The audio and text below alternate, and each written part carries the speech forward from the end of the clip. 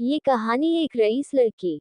ये कहानी एक रईस परिवार की लड़की जिसका नाम रजनी है और दूसरी और एक मध्यम परिवार का लड़का जिसका नाम अनिल है। दोनों एक दूसरे से बहुत अलग हैं, लेकिन क्या उन्हें एक दूसरे से प्यार हो पाएगा, चलिए जान लीजिए आप खुद ही।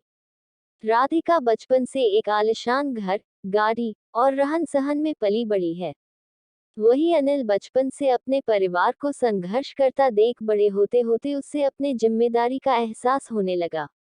ज्यादा पैसे न होने के कारण से वो ज्यादा पढ़ लिख ना सका। वही दूसरी ओर सब कुछ होने के बाद भी रजनी को पढ़ने लिखने का मन ना होने के कारण पढ़ ना सकी। वक्त के साथ साथ दोनों बड़े हुए अपने अपने रहन सहन से। एक और अनिल एक छोटे से कार कंपनी में काम करने लगा।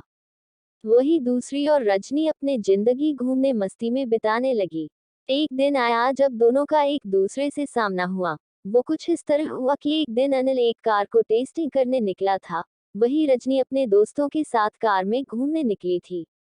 थोड़ी दूर जाके रजनी की गाड़ी खराब हो गई और उसी वक्त अनिल ने देखा कि कोई वहां लिफ्ट मांगते हाथ दिखा रहा है। अनिल गाड़ी साइड में कर उतर के राधिका की ओर गया। फिर क्या रजनी उससे देख पूछने लगी, क्या आप हमें थोड़ी दूर तक छोड़ सकते हैं? अनिल उसकी बातों को सुन के चुपचाप गाड़ी की ओर गया और गाड़ी चेक करने लगा। ये देख रजनी को अच्छा नहीं लगा कि वो किसी से पूछ रही है और अनिल जवाब नहीं दे रहा। ये देख रजनी को कुछ समझ नहीं आया, तभी पीछे से आवाज आई, रजनी गाड़ी चालू हो गई, अंदर आ जा। ये सुन रजनी उसको शुक्रिया करने जाती है, तब तक अनिल निकल चुका था। रजनी फिर गाड़ी में बैठ चली गई।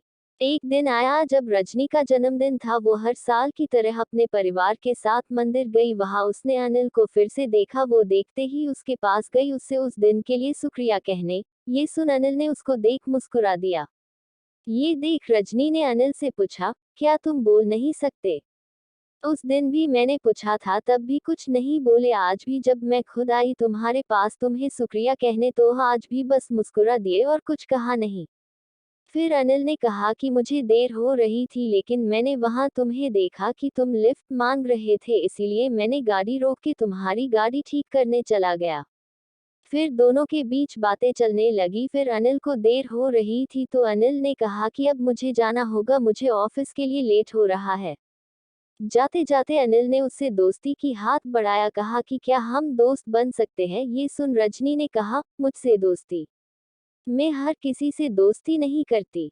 ये सुन अनिल ने हंसते हुए कहा, चलो ठीक है, वक्त बताएगा कि दोस्ती करते हो या। ये बोल के वो चल दिया और वहां रजनी भी अपने घर की ओर निकल पड़ी।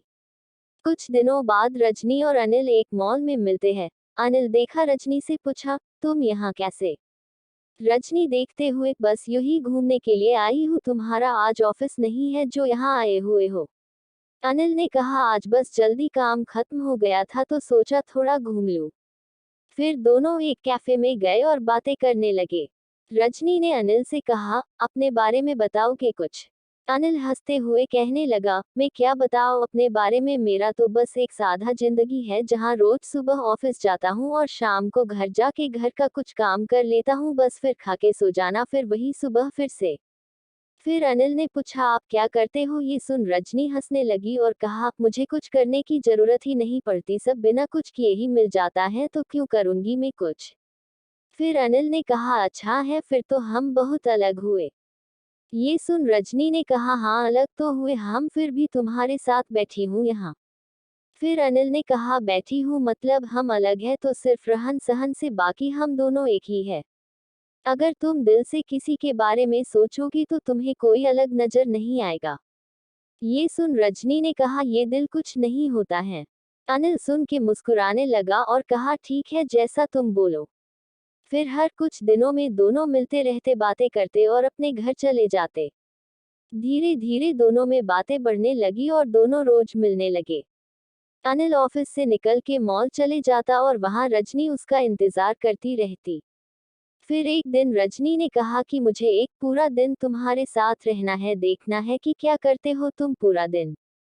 फिर एक दिन अनिल की छुट्टी थी ऑफिस का, तो उसने रजनी को मिलने के लिए बुला लिया। फिर अनिल हमेशा की तरह पहले मंदिर गया, फिर वहां से आने के बाद मैदान गया जहां छोटे छोटे वहां अनिल उनके साथ खेलने लगा। फिर कुछ देर बाद अनिल वहां से आश्रम गया जहां वो हमेशा लोगों को खाना खिलाता, उनका कुछ देर देखभाल करता, फिर चले आता। फिर वहां से निकलने के बाद अपने घर आया और अपने माँ को बिठा के घर का बचा हुआ काम खत्म किया। फिर रात हो गई और उसने रजनी को घर छोड़ आया और कहा, ये रहता है मेरा छुट्टी का दिन और यही है मेरी आम जिंदगी जहाँ जितना हो पता है उतना मैं करने की कोशिश करता हूँ। ये सुन रजनी बिना कुछ कहे चले गई और पूरी रात सोचते रही। ऐसे भी लोग होते हैं जहाँ अपना छोड़ दूसरे के बारे में इतना सोचते हैं, और एक मैं हूँ जो आज तक अपने माँ पापा की मदद तो दूर आज तक पूछा भी नहीं कि वो कैसे हैं, वो करते क्या है। ये सब सोच रजनी भावुक हो गई और अपने माँ के पास चले गई। उसने देखा माँ उसकी काम कर रही होती है। जैसे ही वो माँ पुकारती है, माँ वहां से, क्या हुआ, कुछ चाहिए तुम्हें, बोलो। उद्धरण चिन्ह। ये सुन रजनी और भावुक हो गई और माँ को कहते हुए, नहीं कुछ नहीं, बस यही आई थी, और वहां से चली गई। बस वो एक पल था जब रजनी को एहसास हुआ कि सच में दिल से सोचने वाले लोग होते हैं। फिर क्या मानो रजनी की दुनिया ही बदल गई। अगली सुबह वो पापा के पास गई और कहने लगी, आज से मैं भी आपके साथ ऑफिस जाऊंगी, मुझे भी आपके काम का बोझ उठाना है। ये सुन पापा सोच में रह गए कि क्या हो गया मेरी बेटी को, आज इतने सालों बाद अचानक से ये ख्याल कैसे आया, और अंदर ही अंदर खुश भी हो रहे थे कि उनकी बेटी अब बड़ी हो रही है, अपने जिम्मेदारी समझने की काबिल बन गई है। बस फिर शाम को हमेशा की तरह वो अनिल से मिलने चली गई। बस फर्क इतना था आज की हमेशा वो घर से आती थी, आज वो ऑफिस से आई है। बस इतना, और उससे माफी मांगते हुए उससे फिर से शुक्रिया कहा कि उसके वजह से आज वो अपने आप को पहचान पाई कि उसकी जिंदगी जिंदगी क्या थी और वो किसे समझ बैठी थी। हर कहानी की तरह दोनों को अंत में एक दूसरे से प्यार हो गया और दोनों एक दूसरे के साथ रहने लगे। अनिल को एक साथी की जरूरत थी जो उसे समझे, प्यार करे। जाते जाते मैं आपको एक बात बताना ही भूल गई, दोनों एक दूसरे से मिले, बातें किए, घूमते रहे एक दूसरे एक साथ, लेकिन अभी तक दोनों ने एक दूसरे से अपना नाम नहीं पूछा। ना अनिल ने कभी पूछा कि आपका नाम क्या है, और ना ही रजनी ने अनिल से कभी उसका नाम पूछा। तो इस कहानी का अर्थ यही था कि किसी को पहचान जानना या पूछना जरूरी नहीं। दोनों एक दूसरे से काफी अलग थे, लेकिन अंत वही एक दूसरे के लिए बन गए। प्यार कभी भी और किसी से भी हो जाता है। आपको मेरी कहानी कैसी लगी कमेंट में बताइएगा और मेरी कहानी प्लीज़ लाइक और सब्सक्राइब करें।